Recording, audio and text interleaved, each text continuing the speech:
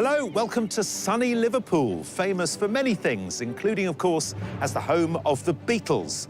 And no, you're not having a fever dream. I am standing in front of a giant pink inflatable octopus. Yes, it's the show that puts the art in McCartney. Welcome to a brand new episode of Landscape Artist of the Year. In this year's search for Britain's chart-topping landscape artist, 2,000 applied, with just 48 selected to take the stage across 6 epic heats.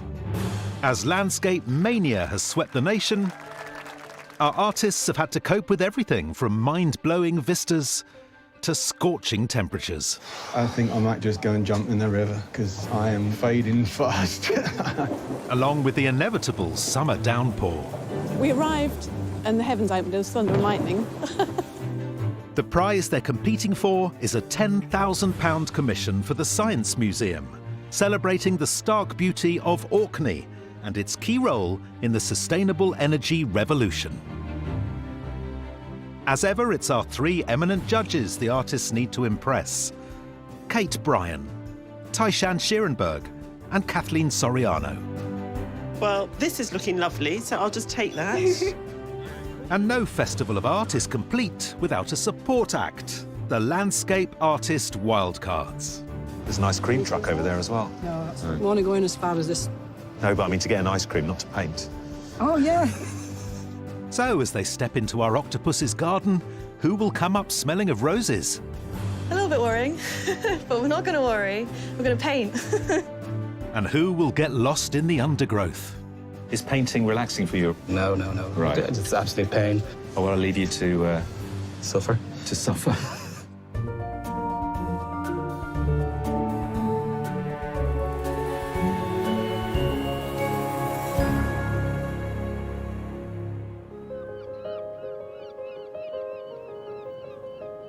Today, 8 artists are on Merseyside. Kieran Meister, a filmmaker and painter from County Wicklow in Ireland. From Birmingham, fine art student Rakea Aftab. Monica Popham, a digital media manager from Gibraltar. Essex architectural designer Kerry Doyland. Obviously, I'm feeling nervous. I can't imagine anybody in a pod wouldn't be. At the moment, everything is just like an adrenaline haze. Also taking part, Mark Bonello, an HGV driver living in County Antrim. From Kent, impressionist Penny Behrman. London-based painter and architect Quentin Martin. And Chris Dorning, a mixed media artist from Cumbria. I love Liverpool, work here a lot. Just really eager to get cracking and see what I can produce. Our artists have all been chosen on the strength of a submission landscape, which they've brought along today to display in their pods. But as they settle in and steel themselves for the day ahead, the intense morning sunshine is already causing concern. It's very, very hot and it's only like 10 o'clock. So it's just going to be a case of keeping the paint moist and stop it from drying up. The only thing I'm worried about is passing out from the heat. To tackle the light change during the day, I think you just have to commit to an early idea. I'm okay. I'm hoping that I do a painting that I like, you know.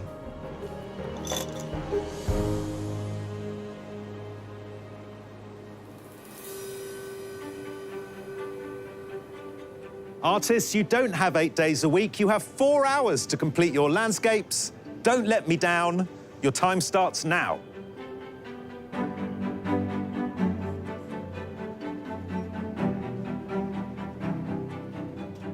Beneath a perfect blue sky, our artists find themselves confronted by the imposing edifices of Liverpool's famous 3 Graces. The Royal Liver Building and the Cunard and Port of Liverpool buildings, which dominate the city's historic waterfront and tower over the pod positions beside the Mersey. But it's not just intricate architecture and dazzling sunshine that could make suckers of our artists today. Just got here and there's a huge octopus in the way, and I don't want to paint it at all. Yeah, I'm not sure about the octopus. Maybe it'll have a tentacle coming in. Who knows? Maybe when the heat gets to my head. The thing I'm concerned about with this magnificent view is that I don't think I'm going to fit all of it in the canvas. And whether I can really cope with a pink octopus, I'm not so sure.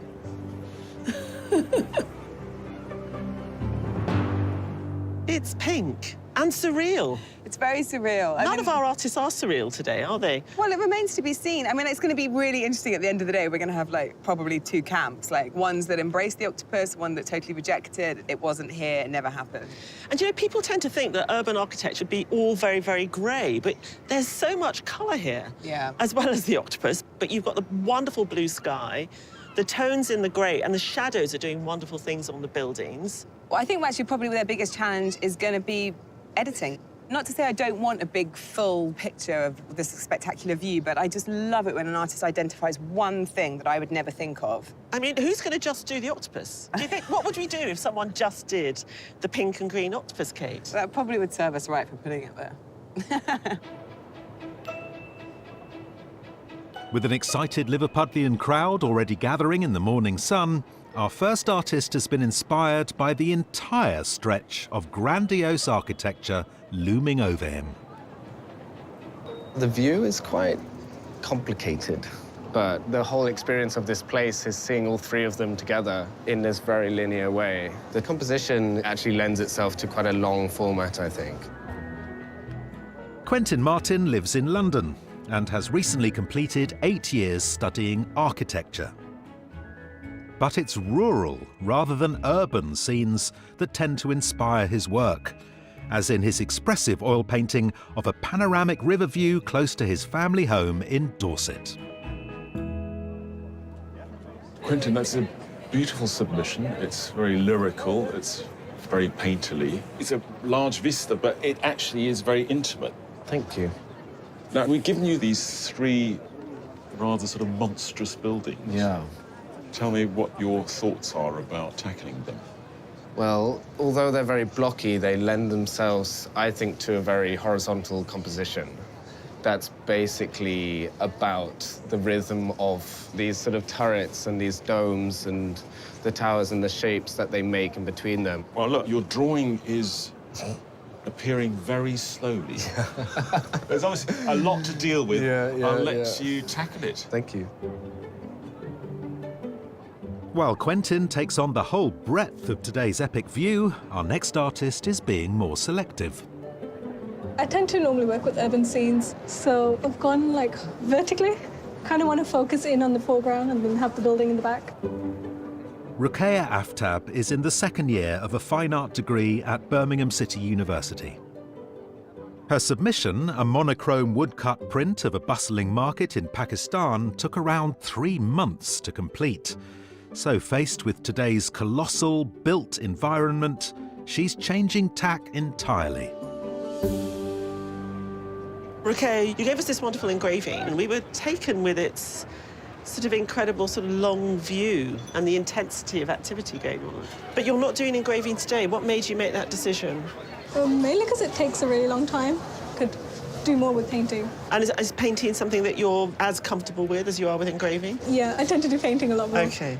And I see you've got a very, very particular crop that you've taken. Is this going to be what you're going to produce? But I can see you've got another board there. Bigger version, yeah. Well, this is looking lovely, so I'll just take that. No, there you go. Just along Liverpool's waterfront, another group of artists is getting their easels ready for a creative contest. Our 50 wonderful wildcards. This is actually my first time painting outside. I suppose anything could go wrong, really, but I'm trying to think positive. I got an F for my GCSE art, and after that, I never touched art again. In the lockdown, a friend of mine gave me an easel, and once I got that first brushstroke on, I was absolutely hooked. It changed my life completely. There's a bit of a camaraderie kind of feel. There's no kind of competitiveness that I felt yet, anyway. It's great to be kind of around everybody that just loves art as much as I do. One of today's wildcards will win the chance of a place in the pods in the semi-final. Tell me why you're painting the ferry building when there's some of the most beautiful architecture in the country to your right. I'm going to do the contrast of the Liver building there, you see. Oh, you've got the live building in the corner, yeah. Just there. Right. There's a nice cream truck over there as well. No, I want to go in as far as this No, but I mean to get an ice cream, not to paint. Oh, yeah.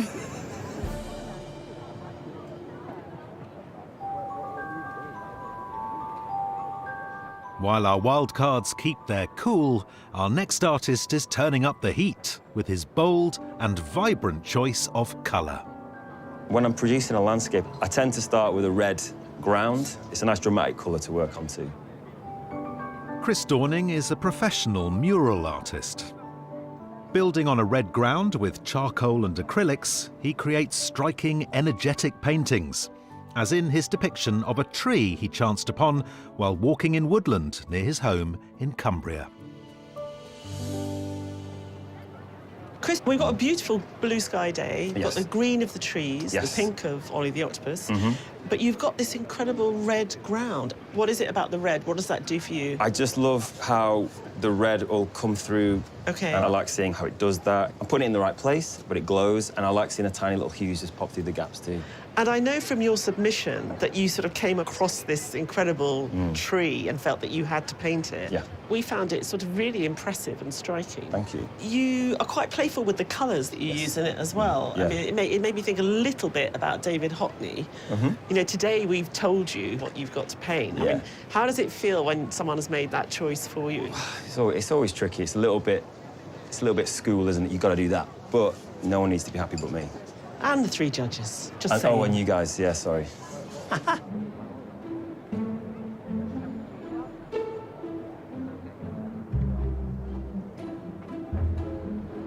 When I create a landscape, I tend to zoom in into the areas that I find contrasting, which normally involves shadows and light and colourful areas of the scene. So I've chosen to focus on, I don't know the name of the building, that one. Born and raised in Gibraltar, Monica Popham is captivated by everyday urban landscapes. Her acrylic rendering of a window and washing line back home was completed in 6 hours and features her signature tightly cropped framing. Monica, you have to be such a good editor when we present you with quite a spectacular, abundant urban scene as this. Why have you particularly chosen this part, the main rotunda on this extraordinary building here? I quite like the dramatic effect of the light against the columns. But you didn't go for the dome. I mean, you've given us quite a brutal chop. I just find it quite interesting if you like get rid of all the noise at the back and then focus on the shadows and the light. Okay. So let's talk about your submission. It's this gorgeous tiny painting. I was so attracted to it because it was such an unassuming scene. What made you decide that this was worthy of being painted? Well, I walked past this building back at home in Gibraltar, with the light especially and the colours, it was all quite attractive. But it's the same with this one, it was such a huge building. But if you crop it to quite a small scene, it was interesting. Okay. Wow, there's a lot to get done, so I'll leave you to it. Yeah, thank you.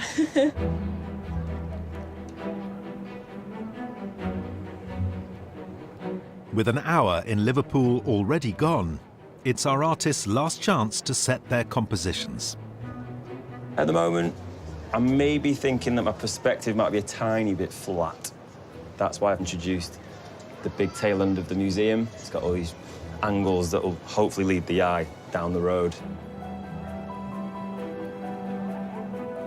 Definitely worried about the composition. Background, I'm quite solid on the building, but the foreground, I feel it could change completely. Still 50-50 about the octopus. I think the long composition was a good idea. But the thing that could go wrong is the architecture doesn't read as being accurate. If you don't recognize it as the Three Graces, that'd be terrible.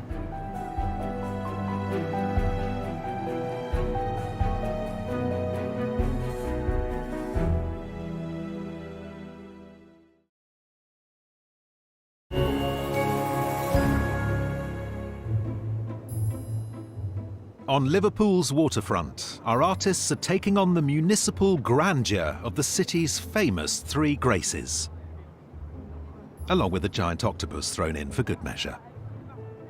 But refusing to be distracted by the pink inflatable or its growing fan club, our next competitor is seeking inspiration elsewhere.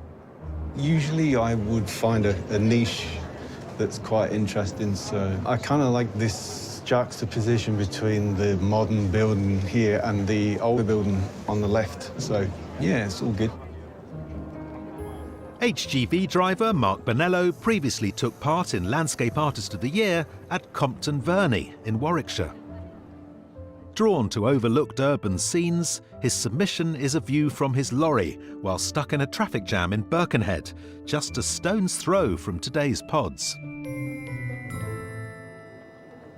Mark, lovely submission. It's light, it's very evocative, but it's also a view that one wouldn't really normally see. It's sort of just the edge of a motorway. Yeah, that's exactly right. It's something that you would just pass by, and I'm intrigued by the things that you would just pass by. Now, today we're stuck in front Nice. of 3 colossal buildings. Yeah, so it's about narrowing it down to a focal point that sort of really interested me, and then I kind of saw this view here where you've got the juxtaposition between the modern and the old. Oh, yeah.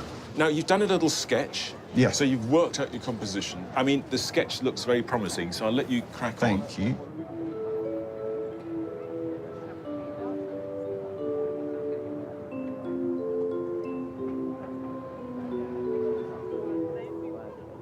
Today's view is a hell of a challenge because it's so monotone. Apart from the obvious big pink octopus on the scene, I love colour, so I'll get as much colour into those grey, creamy white buildings as I possibly can. Kerry Doyland from Southend-on-Sea uses acrylic paints to create vibrant, slightly abstracted landscapes. Her submission shows a deserted terrace at the Venice Hotel where she took her first holiday after losing her husband to COVID in 2020.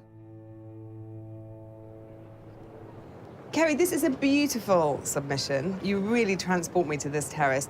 It's full of emotion as well. You feel it. It's brimming over. Thank you.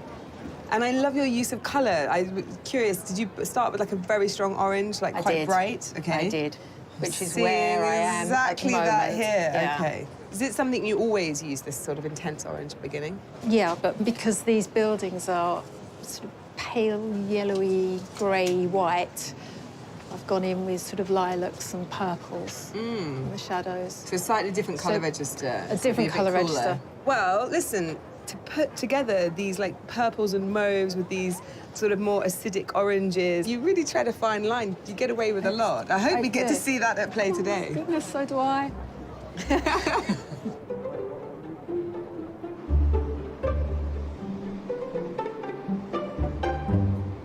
Help, it's hot. Hey. The Beatles are from Liverpool, did you know that? No, I didn't. Yeah, they're from here. But we are here on this iconic place. Yeah. The Mersey behind us. Yeah. These 3 fabulous buildings, these monoliths. I mean, there's so much information. I mean, how do you even begin? So you've got to look at the beautiful cupolas, the towers, you've got to look at the shadows, you've got to edit it down, you've got to find something organic to counterpoint it. There is a huge pink octopus, which could count as an organic shape. Talk about the octopus. That's an option for them, is it? It is a very interesting option, but none of it doesn't really work with the rest of it. You might think, what the hell is that about? So it needs to make sense. So, yes, a bonkers, surreal kind of day. There's lots of stuff for the artists to get their teeth into. Yeah. Well, we've got a gig on the roof in 10 minutes, so we better go and get ready. Okay. Liverpool may be on show in all its glory for our artists today, but for one, there's no place like home. Where I'm from in Ireland is very green and lush. That building is very scary and imposing. It's like something out of a Batman film. So a bit of foliage in the front. It's a bit more meeting. An experienced portrait artist, Kieran Meister has recently begun to turn his hand to landscapes. He's developed a style using broad vertical strokes that he builds up in layers, employed in his arresting portrayal of a misty valley in his native County Wicklow. Kieran, you were clearly not going to just focus in on the pure architecture. No, I don't think so. I don't know if I have the ability to capture the structure itself. What do you normally paint? Definitely rural. But I think you've made such an intelligent choice. I mean, what you've done is really emphasise the fact that there are a lot of trees there and they're beautiful and they've been planted to offset the architecture. So tell me about your submission. It's here. It's absolutely gorgeous. I love the fact that it's almost like a tapestry. Yeah, it's something I've been working on where I've just been working in verticals, so like trying to find the colours and then build on top of that. Well, I can see your vision. And what I like so far is it's really capturing the intensity of today. Cool, thank you. From an artist doing his best to avoid Liverpool's three graces, to one tackling them warts and all. To try and make them look a bit hardcore is much more important than making them look pretty. I'm thinking about the history of the place and the mood, not just the bricks and mortar. Impressionist Penny Behrman specialises in atmospheric textural landscapes, built up in thick layers of oils with a brush and palette knife, as seen in her submission of Marshland near her hometown of Deal in Kent. Morning, Penny.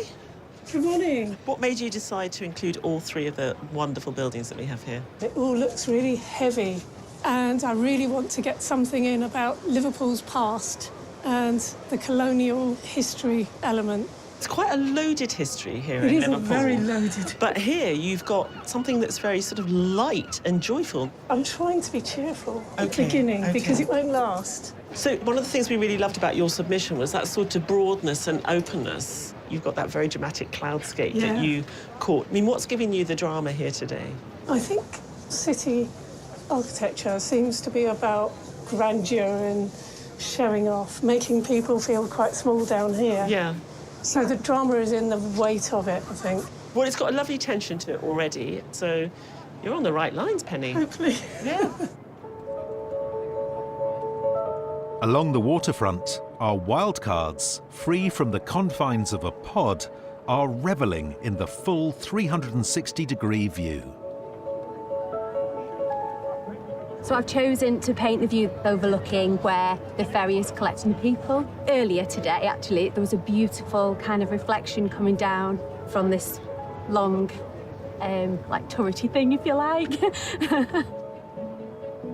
I've painted the view of the dock, is it? I was very close to painting the octopus, but my husband encouraged me to paint this view, so yeah. So, Michael, you're painting the ferry terminal. Yeah. Who have you got with you, Michael? This is Jan. You're busy. What are you doing? Making dog bandanas and bow ties. Making dog bandanas and bow ties. Do you have a dog? He's a cockapoo. He's a cockapoo in a bow tie. Yeah. Will he be along later to see us? He might be. Right. He's We'll probably got an appointment with his tailor. Well, you know, these things happen.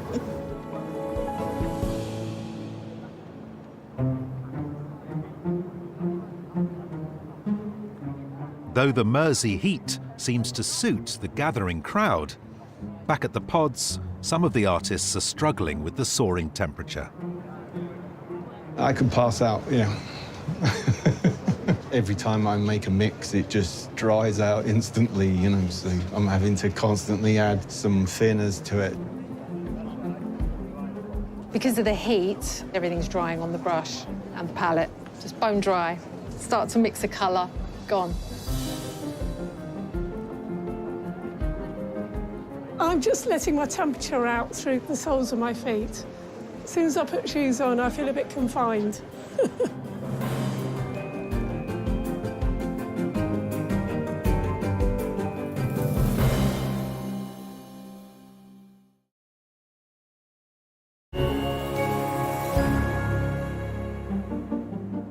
On Merseyside, our artists are depicting Liverpool's famous three graces in their own landscape works of art.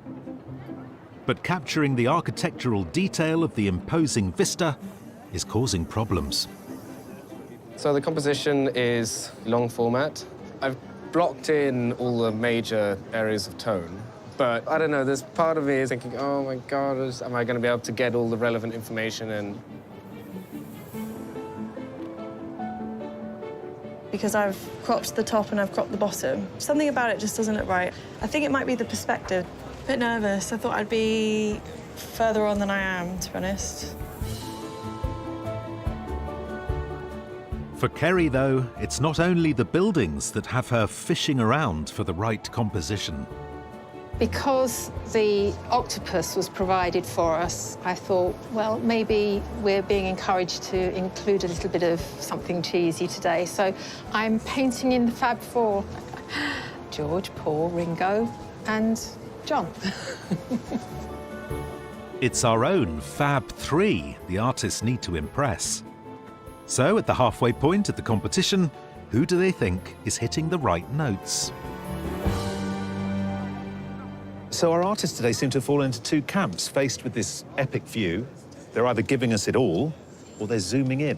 Quentin's giving us a big vista. It's this lovely sweep that he's given us, and he's approaching these buildings in a really interesting way. I kind of feel with Quentin, at the moment, he's giving us an architectural study, and I'm missing that sort of wristy painterliness. But I'm hoping, as it goes forward, that we'll get a bit more of the sort of interpretation, actually. Ruqayyah is a young artist. I sense a bit of tentativeness there. Yeah, with Ruqayyah, it's difficult to see where her work is going because we only know her monochrome work. Yeah, I mean, I think Ruqayyah was one of the artists today that made a quick editorial decision. There's too much there for me. I'm just going to focus on this slice. And I'm worried it's too conventional. It's so interesting seeing what clearly interests each artist. And Mark is a good example of that. You know, he's found this juxtaposition of the modern museum, Liverpool, and one of the three graces. I think Mark's interesting. You know, we're all staring in this direction. What about this here? This is important. This is interesting. He's got a palette that he's familiar with, and he's kept it small. He seems very relaxed. I've got a confidence in him. Kerry's giving us some wonderful colour to a view that is essentially grey. And I think she's one of a couple of artists that have gone for this very strong background colour. The register she's chosen today is quite harsh. I think she's going to solve all of that, though. The thing that I don't know how well she'll be able to resolve is this Beatles business, putting in the bronze of the 4 Beatles. Very dangerous territory. Kieran has found a verdant landscape in one of the least verdant places we've ever been. Yeah, Kieran's basically pushed all the architecture out of the way. Out, get out of my way. I want to get to the green stuff. Kieran's work early on had that very sort of vertical, tentative touch, and he's lost that vibrancy, so he really needs to go back then and find those subtleties. Penny's giving us a very sort of impressionistic view. I find Penny, of all the artists, is actually giving me an experience of today. The heat, there's light bouncing around her painting. The other thing I really like is the transparency of the paint. And you look at her submission, it's really heavy and dark and textured. So I'm nervous that that's what she's going to do with the second half of the day. Monica's really zoomed in, hasn't she? Yeah, because she's gone for that cupola.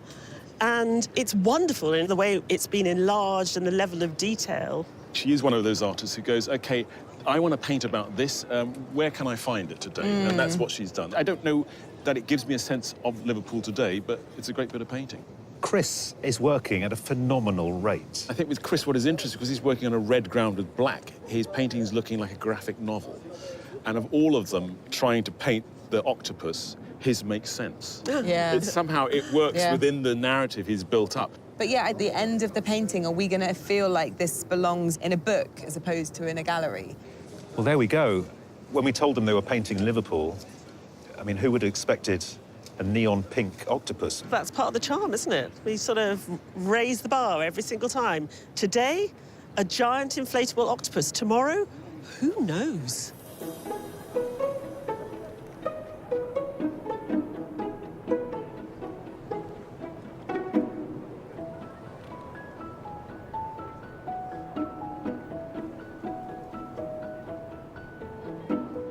Chris, are you listening to any of the people walking past you? Yes, I am. I know the red is going, but someone I said too red, and off they went. That was a two-word verdict. That was my ego just popped. But in Liverpool, I've done some murals where all you get is, "That's boss meat." And I'm to live with that. But if you get that from the judges, we'll see you in the semi-final.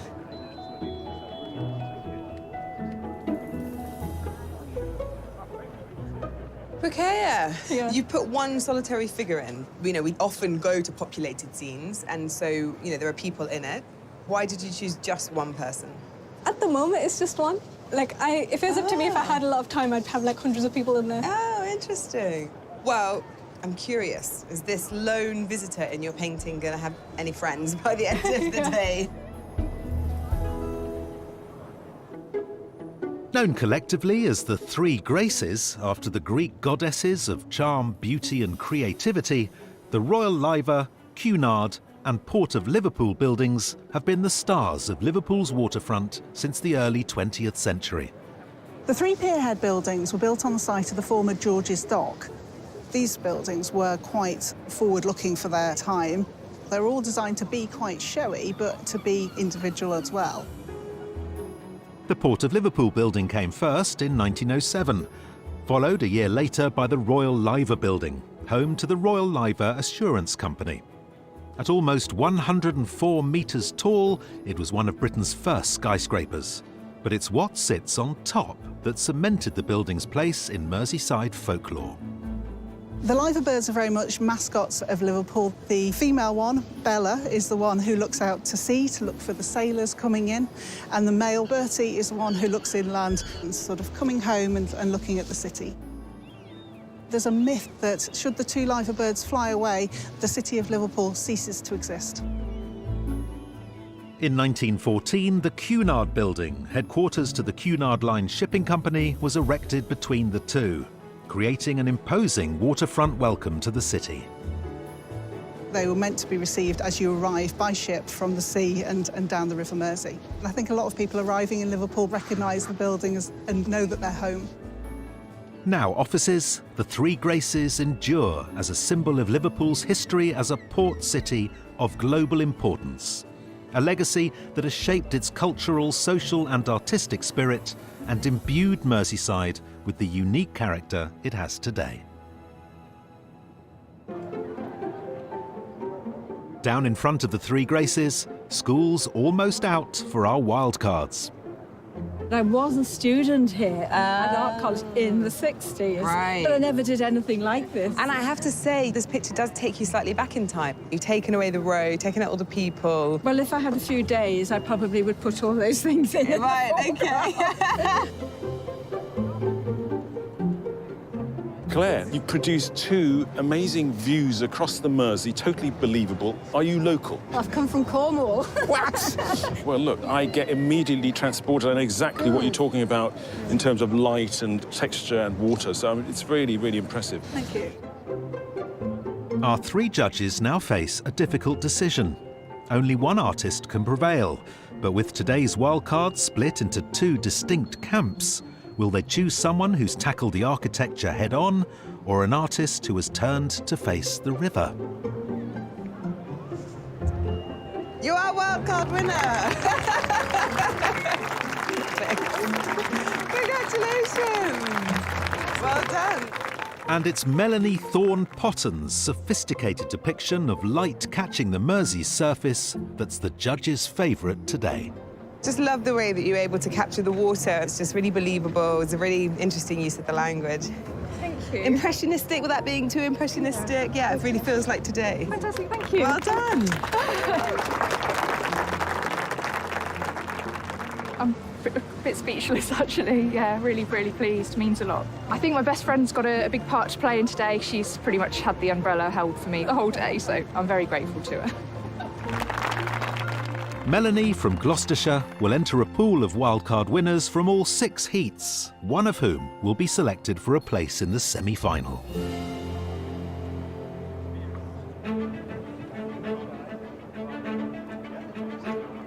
Back at the pods, our artists are into their 4th and final hour. Got a nice mixture of the old and the new together. I am a fading fast. I am so hot. Yeah, I might just go and jump in the river because I am wilting.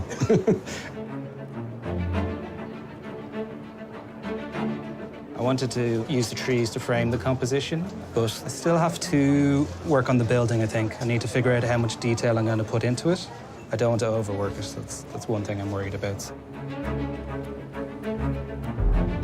I want to get weight into the buildings. The sort of colonial past, I want it to look a little bit kind of ugly. So I had to build up the texture quite a bit more. It gets messy from here on in.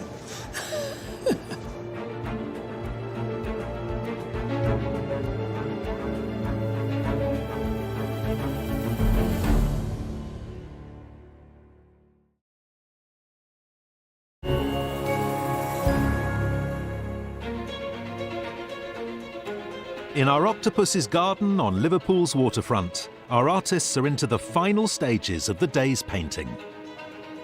And the changing weather is still keeping them on their toes. Quentin, never let it be said that you don't respond to the conditions. The sky is just clouded over a little bit and whoomph. Yeah, no, I just wasn't particularly happy with the way the blue was sitting. Why? It was a bit kind of yucky. This is giving it a different edge. After standing back, I've realised that the bottom part of the canvas hasn't got enough detail. But we're not going to worry, we're going to paint. So the red's mostly left where my brush can't get to. If I'm honest, my main concern might be that it's a bit dark, but it's Liverpool. It's not always Venice. Artists, here comes the sun and the last 5 minutes of the competition. You have 5 minutes left. I'm just thinking about if I should include a figure or not, another one, or get rid of that one completely. But I feel like I should stop painting now. I'm putting on a lot of paint, trying to make it about something other than just what you see. I'm not sure I'm succeeding. It might be too subtle. I'm happy enough with the painting, so maybe I should just step back and let it be. Yeah, the Beatles bun for you there. I'm nearly finished. Like, literally finished.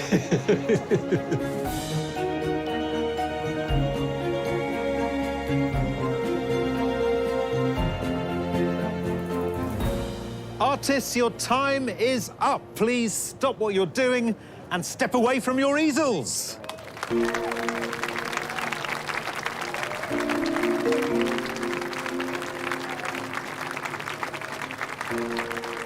I've been really good. It was a lovely day, but I think the judges will think that I've dropped acid this morning before I started because of how colourful it is. Just one of our 8 artists can make it to the semi-final. So while they take a break, the judges begin by narrowing the selection down to a short list of 3.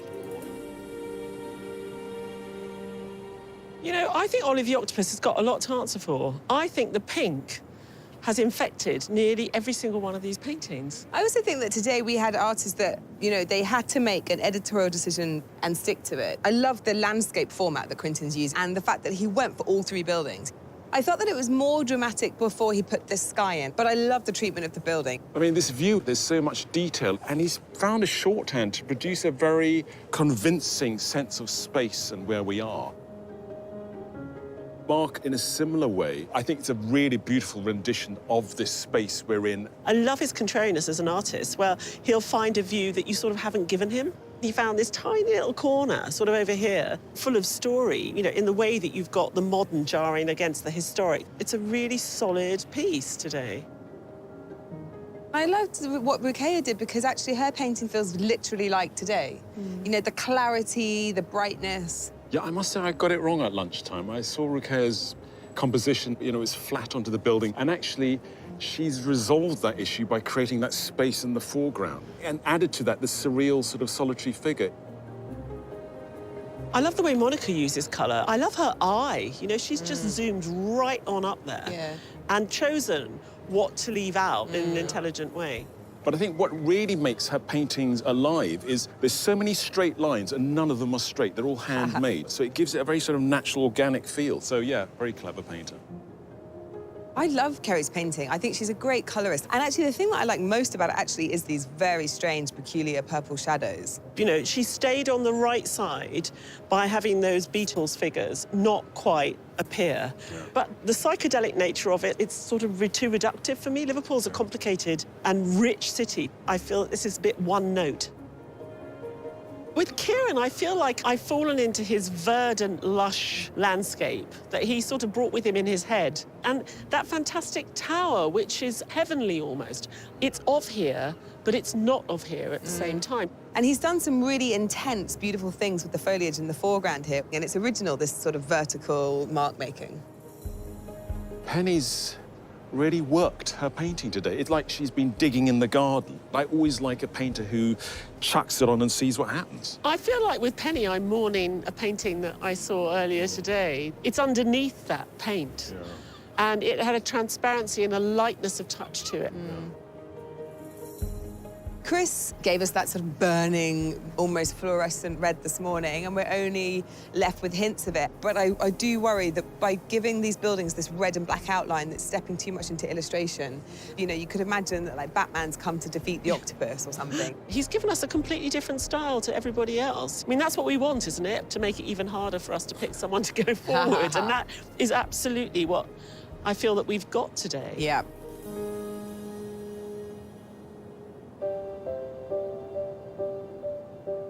Artists, you've all been amazing today. Thank you so much. But the time has come to reveal which 3 artists the judges have chosen for their shortlist.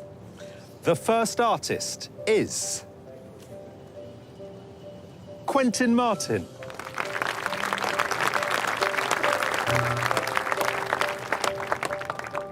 The second artist on the shortlist is Ruqayyah Aftab.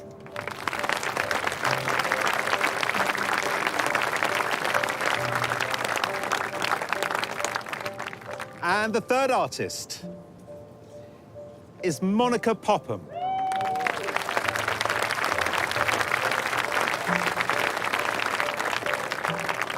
Thank you to all of you. I hope the rest of you are not too disappointed, but you should be very proud of what you achieved today. Thank you.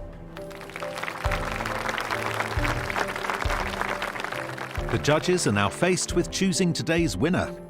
To help them decide, they also take the 3 artists' submission works into consideration. Here we are in front of the 3 Graces with the 3 artists you have graced with a place on the shortlist. And we talked earlier about the variety of choices, the give us everything, give us a bit, zoom in, and we've got one of each. So Quentin gave us a dramatically lit facade of the buildings, and his submission, this lily-covered pond. I mean, similarities with Quentin are the way he puts paint down. He finds a very sort of brief, cursory language to tell us about, in this case, a little island on a lake. And today, in a very loose manner, he's given us these 3 monumental buildings. So very good at picking up the essentials in a beautiful, painterly way. I love that central building. He's made it the centre of attention in many ways. Which takes some doing when there's a giant squid in the picture. It really, really does. Well, you know, with Ruqayyah, I mean, somehow it doesn't look weird. I mean, how can you do that? I think it's the colour register, isn't it? It's really cool, it's stripped back.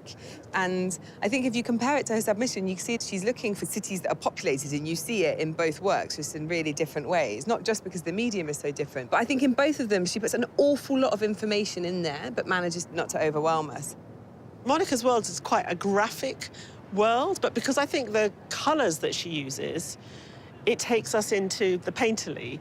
They're quiet, inconsequential moments that have heat and space, and, you know, wonderful use of shadow. You can see whatever's hanging on the washing line casting a shadow. And we've got lovely shadowy passages here at the bottom of the tower, for example.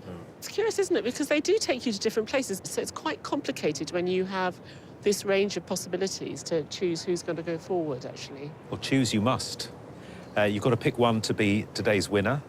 I have an inkling who it might be. Oh, do you? I'm off to put a couple of squid on it.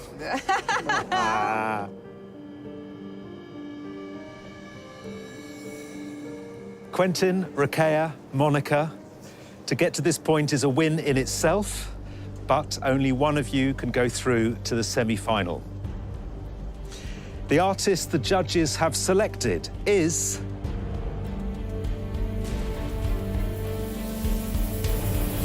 Monica Popham. How did that happen? I honestly can't believe it. Completely shocked. We gave Monica this huge municipal stack of buildings, and she chose just one turret.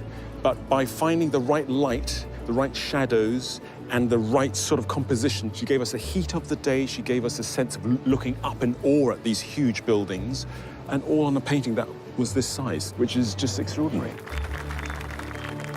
The plan for this evening is to drive home because I've got work tomorrow, so back to reality. And an ice bath would be quite nice. If you'd like to spend a day in the life of a pod artist in next year's competition, or want to find out more about the work of our featured artists, visit skyartsartistoftheyear.tv. Next time, we're in Kent. I'm not a fan of bright green, so it would be a challenge today. As 8 new artists put their necks on the line at Hever Castle, home of Henry VIII's ill-fated second wife. It's extraordinary. It's sort of drenched with Anne Boleyn, isn't it? So who'll be for the chop? Got a panic now.